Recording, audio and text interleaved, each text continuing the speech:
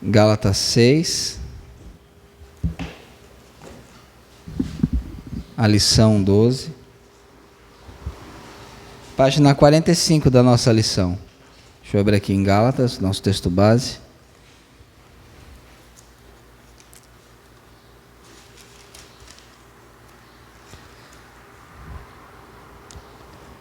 Versículos de 1 ao 10, deixar que todos achem, para a gente iniciar. Hoje vamos ver como se manifesta a vida guiada pelo Espírito. A gente vai ver aqui quem é guiado pelo Espírito cuida do irmão, quem é guiado pelo Espírito é humilde, e quem é guiado pelo Espírito semeia o bem. Versículo 1 de Gálatas 6. Irmãos, se algum homem chegar a ser surpreendido em alguma ofensa, vós, que sois espirituais, encaminhai o tal com espírito de mansidão, olhando por ti mesmo, para que não sejais também tentado. Levai as cargas uns dos outros, e assim cumprireis a lei de Cristo. Porque se alguém cuida ser alguma coisa, não sendo nada, engana-se a si mesmo. Mas prove cada um a sua própria obra, e terá glória só em si mesmo, e não no outro. Porque cada qual levará a sua própria carga. O que é instruindo da palavra, reparta de todos os seus bens com aquele que o instrui. Não erreis, Deus não se deixa escarnecer, porque tudo o que o homem semear, isso também ceifará. Porque o que semeia na sua carne, da carne ceifará a corrupção, mas o que semeia no Espírito, do Espírito ceifará a vida eterna. E não nos cansemos de fazer bem, porque a seu tempo ceifaremos, se não houvermos desfalecido. Então, enquanto temos tempo, façamos o bem a todos, mas principalmente aos domésticos da fé. Paulo aqui ele tem o padrão dele, ele explica a doutrina, depois no final ele aplica a doutrina. Geralmente em todas as cartas de Paulo é assim, Deus fez isso, vocês são salvos dessa maneira, dessa. Por causa disso, então, vivam assim. Lá em Romanos é muito claro, Ele dá toda a explicação no capítulo 1 ao 3 sobre o pecado, do 4, 5 sobre a justificação, do 6 ao 8 sobre a santificação, do 9 ao 11 sobre a eleição. Aí no capítulo 12, verso 1, ele fala: portanto, por causa disso, rogo-vos pelas compaixões de Deus, que apresentais o vosso corpo em sacrifício vivo, que é o vosso culto racional. Então ele sempre faz isso, já falei o que Deus fez, como ser salvo, como é que se dá a salvação. Já que vocês sabem isso, agora eu quero que vocês façam o quê? Apliquem isso na vida de vocês. E agora ele vai falar isso, porque nos versículos anteriores ele está dizendo sobre andar na carne e andar no Espírito. Então vamos ali para a nossa lição. A vida do cristão é uma vida de liberdade, mas guiada pelo Espírito Santo. No texto em estudo, o apóstolo Paulo mostrou aos crentes da Galácia e a nós alguns aspectos que se manifestam andar no Espírito. Primeiro, quem é guiado pelo Espírito cuida do irmão, ali no verso 1. Irmão, se algum homem chegar a ser surpreendido em alguma ofensa, vós que sois espirituais, encaminhai o tal com espírito de mansidão, olhando por ti mesmo, para que não sejais também tentado. Aqui ele chamou esses crentes de irmãos e disse que eles eram espirituais. Então, vocês são espirituais, vocês devem cuidar do irmão. É interessante que ele não está dividindo aqui entre crentes, mega crentes espirituais e crentes que não são. Ele fala, irmão, vocês, está falando para quem? Para todo mundo, porque todos nós somos espirituais por termos o Espírito Santo. Não significa que todos nós vamos andar de maneira que deveríamos, mas que por ter o Espírito Santo, todos pertencemos a uma classe só, a classe dos irmãos espirituais. Devemos andar então dessa maneira. E ele fala algo interessante aqui, ele fala, vós que sois espirituais, está falando da igreja inteira. Há uma lenda que se criou muito devido ao fato de que a gente tem uma herança católica muito grande, uma herança papista, que só quem cuida do irmão é o pastor. Na verdade, todos têm a obrigação de abençoar, ajudar o irmão nas suas dificuldades. Ele fala, vocês, se verem alguém ser surpreendido em alguma ofensa, alguma falha, algum tropeço, vocês devem encaminhar o tal com espírito de mansidão. Ali na segundo parágrafo, sempre existe a possibilidade do crente ser tentado e errar na caminhada. Quando isso acontecer e alguém for surpreendido em algum pecado, ofensa, falha, os irmãos devem corrigi-los. Encaminhar aqui é catartizo, né? É a mesma palavra que aparece lá quando fala que os discípulos estavam consertando as redes. Ou Efésios 4:11, que vai dizer que Deus deu apóstolos, profetas, pastores, mestres, evangelistas para o aperfeiçoamento dos santos. Aperfeiçoamento ali é catartizomai. Então, encaminhar é você colocar o irmão no caminho correto. Você restaurar o irmão daquela falha, você fazer com que o irmão possa, então, viver uma vida correta. Né? É interessante que, geralmente, quando o irmão falha, às vezes, né, infelizmente, a primeira atitude dos crentes é rebentar mais o irmão. Mas o texto disse, não, se eu ver um irmão ser surpreendido, então é aqui, não é a pessoa também que está continuamente uma vida de pecado, não quer mudança, não é isso. É alguém que é um irmão piedoso que tropeçou, cometeu um erro. A gente tem que fazer o quê? Nós somos espirituais, devemos encaminhar tal com o quê? Com espírito de mansidão, né? Mansidão, que é a atitude contrária à briga, à agressividade, ao desejo de se impor ao outro. A mansidão se mostra em brandura, em bondade, em humildade. É com essas atitudes que devemos ir ao irmão que pecou para restaurá-lo. Isso não é passar a mão na cabeça, né? Isso é tratar o pecado como coisa, não é tratar o pecado como coisa sem importância. É ajudar o irmão a buscar o caminho do arrependimento. Então a gente, quando vê o irmão cair, a gente tem que ir até ele com o espírito de mansidão. Irmão, o que aconteceu? O que houve? Por que isso aconteceu com você? Por que você fez isso? O que está acontecendo? E você faz o que então? Você vai ajudá-lo a sair dessa situação. Então é um dever do crente fazer isso, né? Segundo, quem ajuda tem que cuidar de si mesmo para não ser tentado a fazer o mesmo que o outro fez, para não ser tentado a agir com orgulho, para também não cair em qualquer outro pecado. Aqui é interessante, olhando por ti mesmo. Eu não posso ajudar o outro irmão se eu cair no mesmo pecado ou cair em outro pecado. Então, ter cuidado do meu coração, se aquela tentação que fez o irmão cair não é tentação para mim também, para que eu não seja tentado e não também venha a cair, porque aí são dois caídos. Aí vai ter que ter um terceiro irmão para ajudar. E se esse terceiro irmão não vai cair todo mundo. Então, é bom que... É efeito dominó. Então é bom, quando eu for ajudar o irmão, eu me cuidar para não ser, ao invés de ter um problema na igreja, ter dois, né? Isso pode acontecer. Um outro ponto aqui que o irmão, alguém que vive pelo Espírito tem que fazer, verso 2: levai as cargas uns dos outros, e assim cumprireis a lei de Cristo, né? A palavra carga do verso 2 é baros, e a palavra carga do verso 5 é outra palavra, fortizo, né? Ela quer dizer o seguinte: a primeira, as dificuldades, as pressões, as tribulações. A segunda não, é a que a gente vai ver mais à frente, é aquilo que Cristo impõe a cada servo.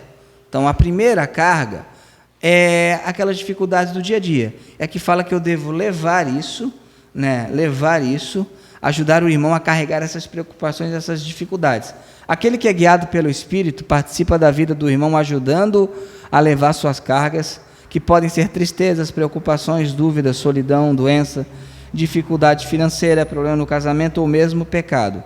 É uma participação de reciprocidade, pois se ajudam mutuamente. Ao ajudar um irmão a levar aquilo que lhe é muito pesado, o cristão está cumprindo a lei de Cristo. Jesus ordenou a seus discípulos que vocês se amem uns aos outros da mesma maneira como eu os amei. Agora, a gente já viu essa lei de Cristo, mas ela de vez em quando aparece, já perceberam? O que é essa lei de Cristo? Abram lá em Atos, capítulo 1. Inclusive vimos quarta-feira. Atos, capítulo 1.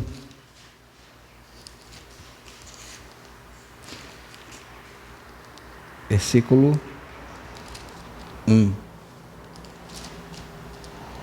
e 2. Fiz o primeiro tratado, ó Teófilo, acerca de tudo o que Jesus começou não só a fazer, mas a ensinar, até o dia que foi recebido em cima, depois de ter dado mandamentos pelo Espírito Santo aos apóstolos que escolhera. Ali em 1 Coríntios, capítulo 9, 1 Coríntios 9, vamos abrir. vai falar também da lei de Cristo. 1 Coríntios 9, 21. Para os que estão sem lei, como se estivesse sem lei, não estando sem lei para com Deus, mas debaixo da lei de Cristo, para ganhar os que estão sem lei. E lá em 1 Tessalonicenses, aí sim depois de Gálatas, né, vai passar Efésios, passar Filipenses, Colossenses, Tessalonicenses, capítulo 4.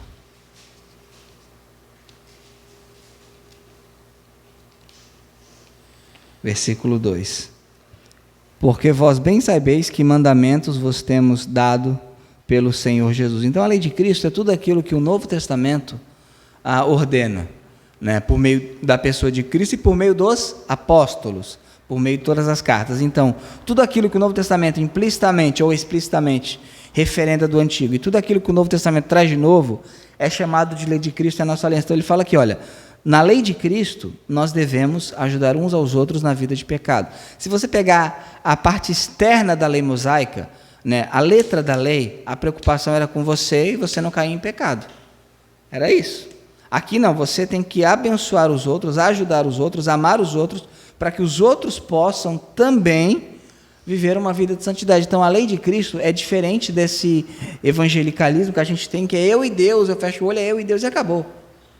Eu tenho que me esforçar, me ajudar a, inclusive, compartilhar o peso da vida de outras pessoas. É isso que eu tenho que fazer, é isso que Paulo está dizendo. Olha, vocês que foram salvos pela graça, por meio da fé, sem obras da lei, que têm o fruto do Espírito, que são dominados pelo Espírito, vocês têm que ajudar os outros a carregar as suas cargas, a cumprir a lei de Cristo. Por quê? Porque a lei de Cristo é a lei do amor. Eu amo meu irmão, eu não quero que ele caia, eu não quero que ele fique prostrado. O pessoal diz, né, os crentes, é o único exército do mundo que abandona o que está ferido. Né? Em todo exército, alguém está ferido. Numa guerra, você pega, você carrega e você vai junto. Os crentes, caiu, que absurdo. Então, agora, é diferente isto do que você passar a mão em gente que não tem demonstração de arrependimento. Não é isso. É um crente, um irmão que tropeçou, caiu. O que faz? Você chama, você conversa, você escuta, você oferece perdão, você auxilia e ele vai, então, se levantar. Um outro ponto importante aqui, agora no verso 6, né, é que aquele que é guiado pelo Espírito se importa com o irmão, ele se importa com o irmão que também é irmão, que é o pastor, verso 6. E o que é instruído na palavra, reparta todos os seus bens com aquele que o instrui. O que é instruído na palavra, reparta todos os seus bens com aquele que instrui.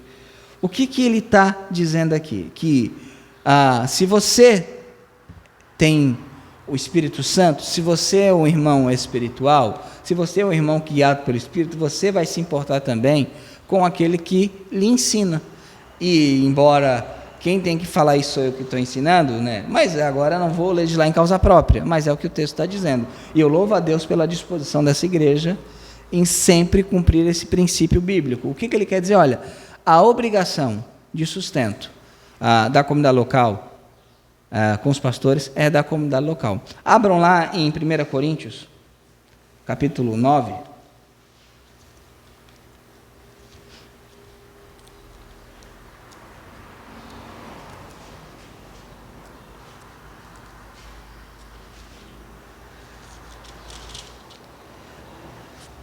Versículo 4 em diante.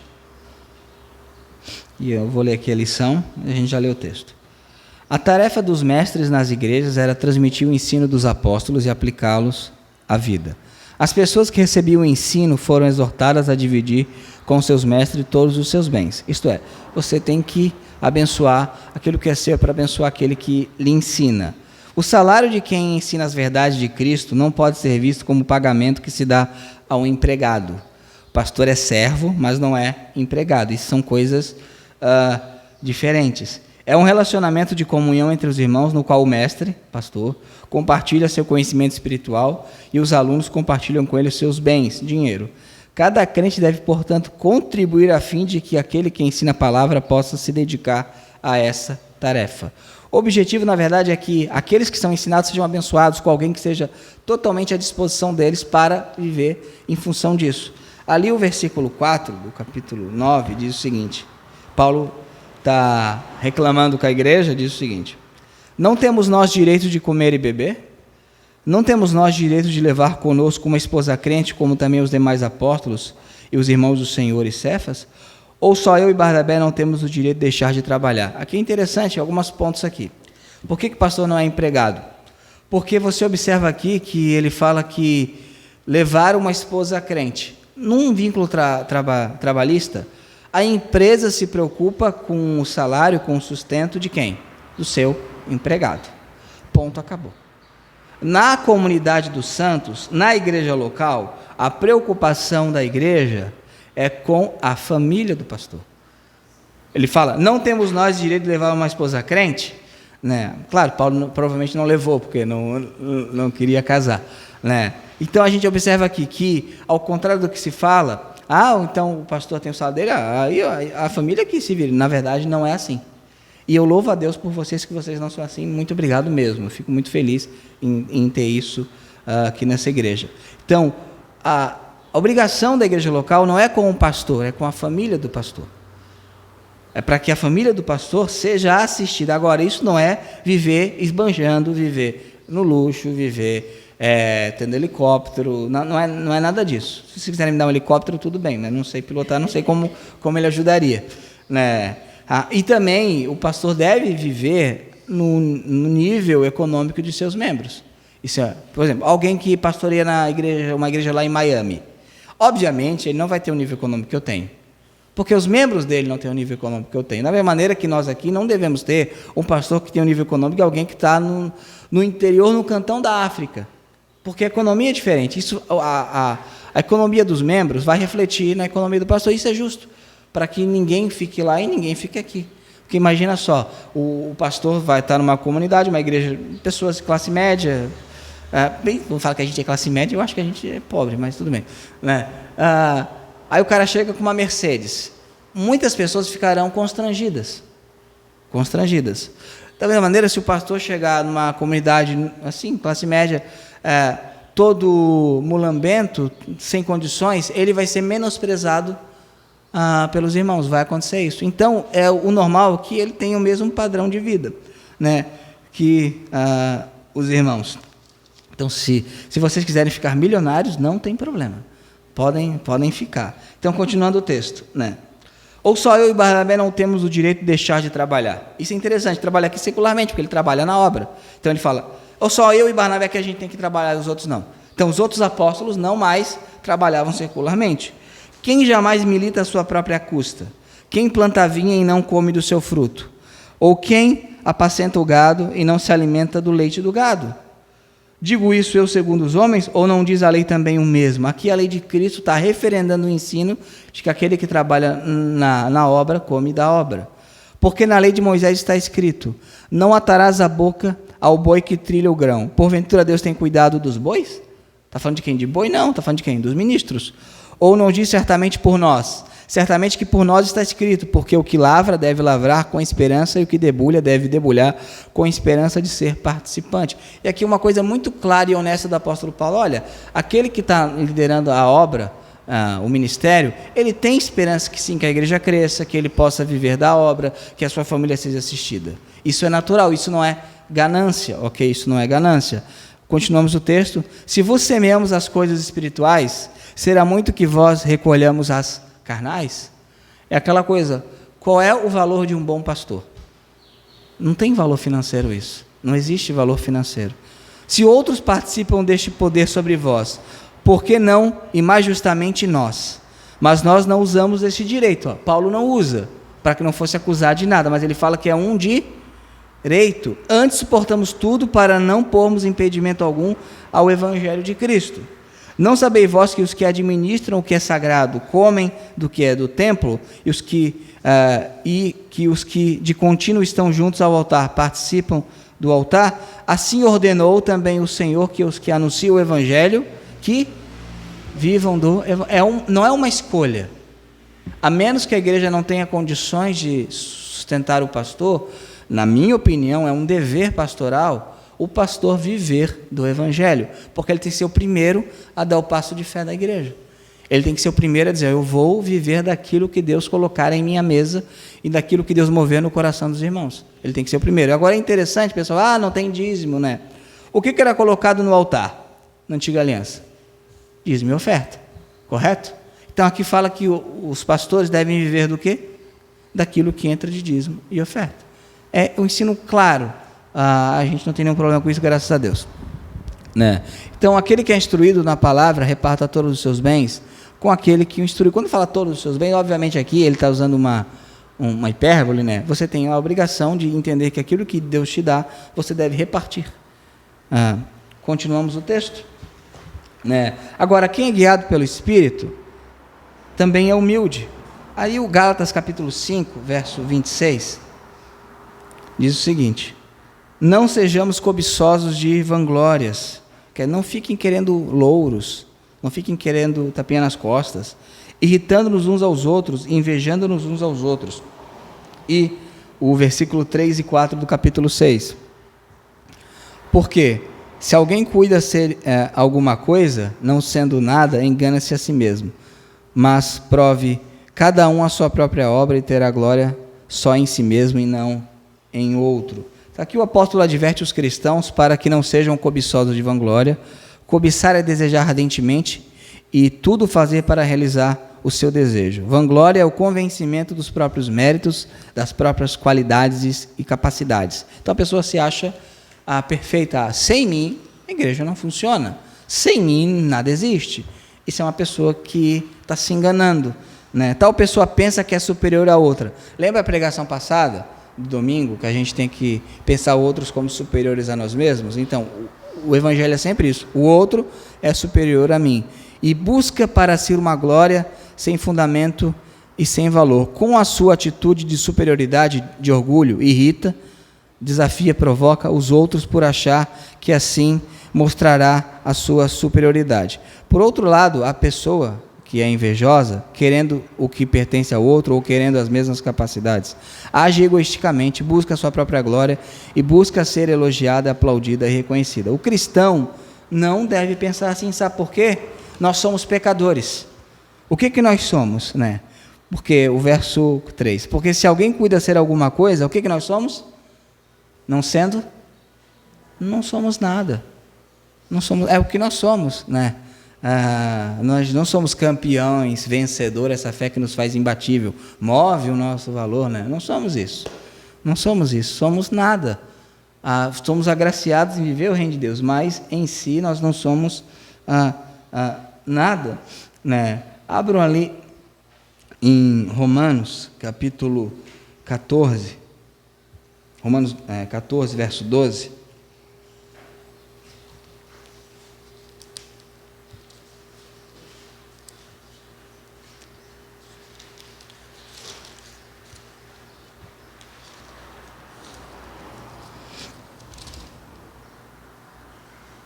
Deixa eu achar aqui. Romanos. Vamos parar de ficar olhando, né, a outros e entender isso daqui. Ó.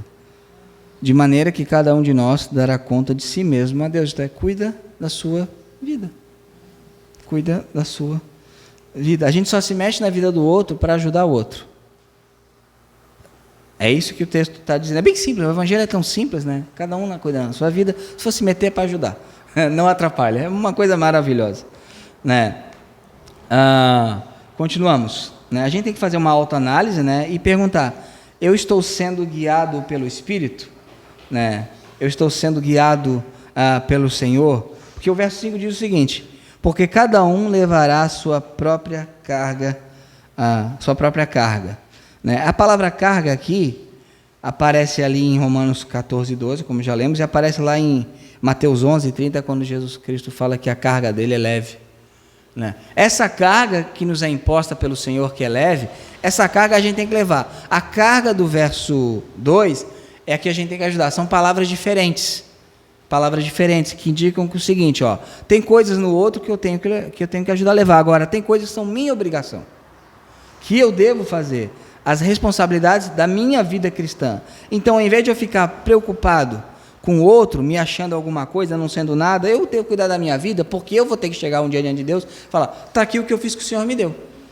A salvação é por meio da fé, a salvação é por meio da graça, só que a Bíblia fala é algo chamado galardão, recompensa, e ela será pelo que a gente fez bem com a graça ou não.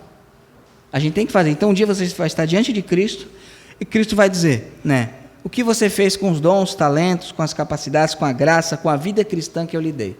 Aí você fala, não, eu fiquei olhando o que o outro fazia com a dele. Não pode, né? Não pode. Outro, quem é guiado pelo Espírito, semeia o bem, né? O verso 7 ao 10. Não erreis, Deus não se deixa escarnecer, porque tudo que o homem semear, isso também ceifará. Porque o que semeia na sua carne, da carne ceifará a corrupção, mas o que semeia no Espírito, do Espírito ceifará a vida eterna. E não nos cansemos de fazer o bem, porque a seu tempo ceifaremos, se não houvermos desfalecido. Então, enquanto temos tempo, façamos o bem a todos, mas principalmente aos domésticos da fé.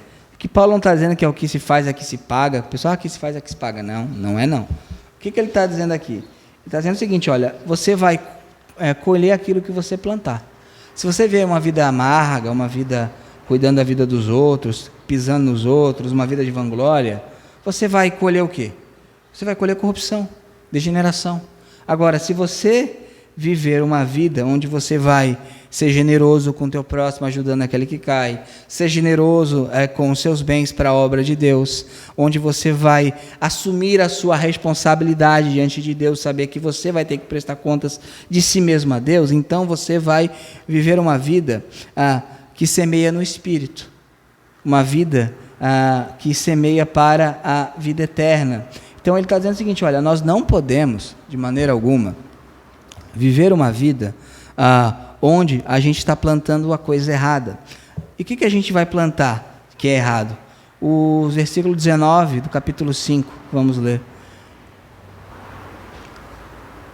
Porque as obras da carne são manifestas, as quais são adultério, fornicação, impureza, lascívia, idolatria, feitiçaria, inimizades, contendas, ciúmes, iras, pelejas, dissensões, heresias, invejas, homicídios, bebedices, glutonarias e coisas semelhantes a essas, acerca das quais de antemão vos declaro, como também já antes vos disse, que os que cometem tais coisas não herdarão o reino de Deus.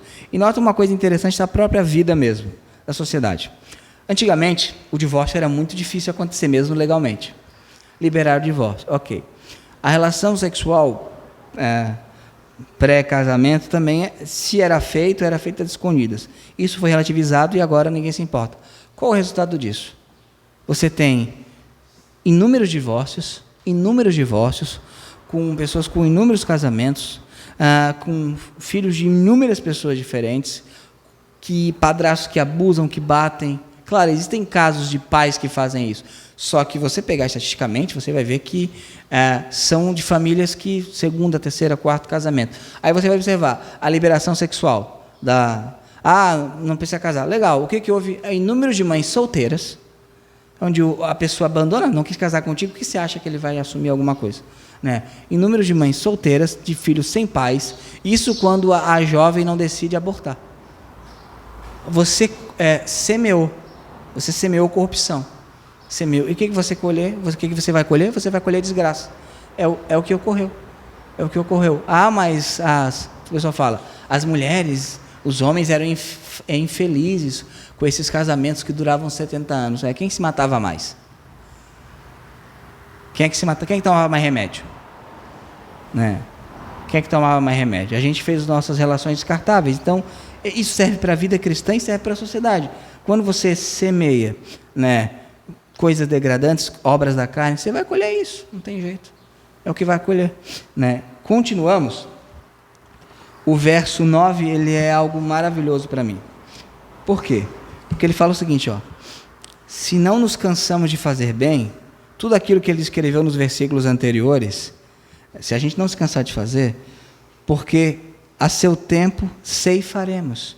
Se não houvermos desfalecido. Então, continuem a viver uma vida no Espírito. Vocês vão colher no tempo certo.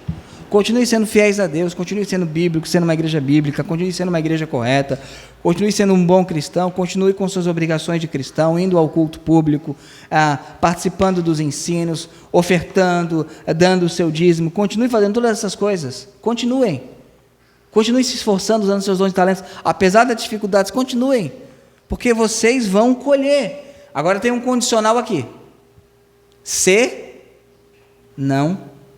Porque se a gente desfalecer, a gente pode deixar de colher aquilo que a gente estava plantando, porque a gente parou antes do tempo. Então aqui Paulo fala, olha, continuem semeando no Espírito, vocês vão colher, né? Abram lá em 1 Coríntios. 1 Coríntios, capítulo 15.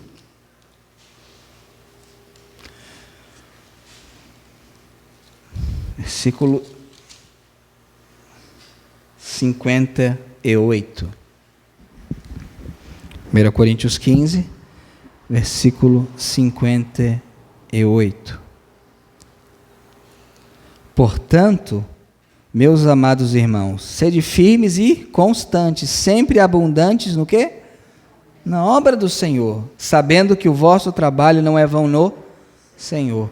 Deus quer que a gente sempre seja firme, constante e abundante na obra do Senhor, com seus dons e talentos. Mas o meu dom, você tem um dom e você já utiliza ele. Geralmente aquilo que você gosta de fazer, aquilo que é o que o Senhor te chamou, né? Aquilo que o Senhor te chamou. Sabe por que o pastor gosta de falar? Porque o Senhor chamou o pastor para falar, imagina se ele não gostasse, né? Então aqui sempre é abundante, por quê? Porque não é vão, por isso que ele fala aqui, vocês vão colher, continue, vocês vão colher, né? E aqui a última declaração de Paulo: enquanto temos tempo, façamos o bem a todos. Temos um dever de fazer o bem a todas as pessoas. Só que, qual é o foco principal da igreja? Mas principalmente aos domésticos da fé. Tem duas pessoas passando necessidade, o seu filho e o seu vizinho. Você só pode ajudar um. O filho, né? O filho. Então, a energia da igreja, em primeiro lugar, para abençoar, deve ser aos domésticos da fé. Aos ímpios nós pregamos o evangelho. Se pontualmente eles necessitarem de ajuda, seja de vestimenta, roupa, financeira, isso obviamente deve ser dado, né? Deve ser dado. Alguém com fome, você tem que fazer o quê? Você tem que orar por ele e dar comida. Porém, o foco da igreja é verificar aqueles irmãos que estão em dificuldade. Pode ser dificuldade emocional, dificuldade espiritual, dificuldade financeira, dificuldade física.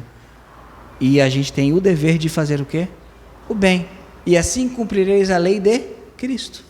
A lei de Cristo nos impulsiona a isso, porque ela é motivada pelo amor. Então, o nosso dever, né, como pessoas que somos cheias do Espírito Santo, que somos guiados pelo Espírito Santo, é semear o bem. Fazer aquilo que Deus quer que nós venhamos a fazer, né? Dito isso, vamos às aplicações da vida na nossa lição. Alguma dúvida até aqui? Não? Ok? Então, a lição vai perguntar, né? Que aplicações você fez desse estudo a si mesmo? Aí você faz, né? Como eu posso melhorar? Né? Alguns vão falar, não, eu não preciso, eu sou excepcional, né? Mas eu sou fantástico. Não, eu não sei como Deus ainda conta com Miguel, se eu estou aqui, né? Mas como a gente pode melhorar, né? Cada crente precisa ter uma atitude correta em relação ao pastor de sua igreja e compreender que sustentar o pastor é a expressão do amor cristão. Pessoal, isso aí foi quando o Constantino... Não foi.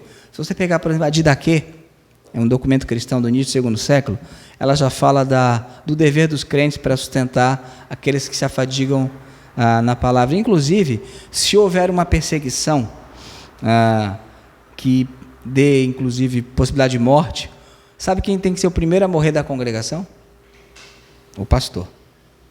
Quando fala dar a vida, literalmente, se houver uma perseguição, também não facilita. Eu sou membro do pastor Rui, ele mora lá, também não precisa falar isso. Aí complica, né? Mas, se isso for necessário, o primeiro a dar a vida deve ser o pastor. Teve um problemão no início do terceiro século, né? Início do terceiro século, se não me engano, houve uma perseguição e muitos pastores abandonaram a fé e alguns até entregaram as suas igrejas. Aí acabou a perseguição. Não, isso do final do terceiro século. Aí acabou a perseguição.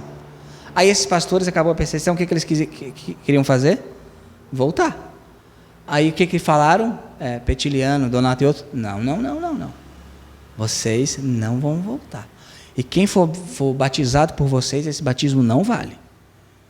Aí teve um racha na igreja. Aqueles da igreja oficial, né, e os chamados donatistas, que foram chamados na época também de um nome que vocês conhecem. Anabatistas. A gente sempre causando confusão, né? Não, você não pode se arrepender, legal, mas você não vai voltar, não. O que garante que uma próxima perseguição você não vai fazer a mesma coisa? O que garante? Alguns mais brandos, não, fica uns 3 anos aí, se você não for um traidor, aí a gente conversa para você voltar a ser membro. Tamanha a responsabilidade dos pastores, né? Então, terceiro ponto para aplicar a vida, ao usar a comparação da semeadura e da colheita, o apóstolo não estava ensinando que se somos pessoas boas, teremos coisas boas, mas se somos más, teremos coisas más. Esse não é o ensino cristão. Então nós não podemos nos deixar enganar por ensinos religiosos contrários à verdade do evangelho. Coisa boa acontece com gente ruim, e coisa ruim acontece com gente boa. Tem uma pessoa maravilhosa que muita coisa ruim aconteceu na vida dele, Jesus. Então, eu sou uma boa pessoa, por que acontece isso? Porque acontece. O livro de Jó explica. Jó não explica. Jó não teve uma única explicação.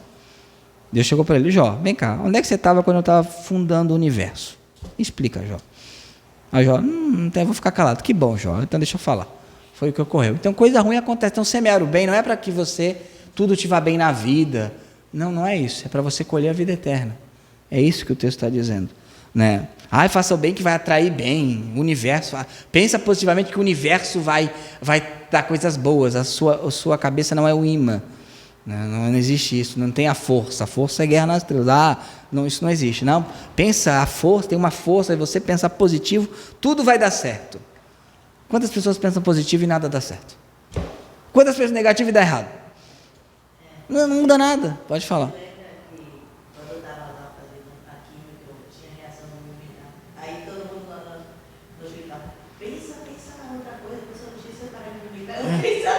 Podia pensar, pensa num macaco batendo tambor, não vai mudar nada? E falando nisso, pensa positivo. Eu pensava que a minha esposa ia falecer. Não disse para ela, mas eu pensava muito negativo, pessimamente, negativo. Mudou nada.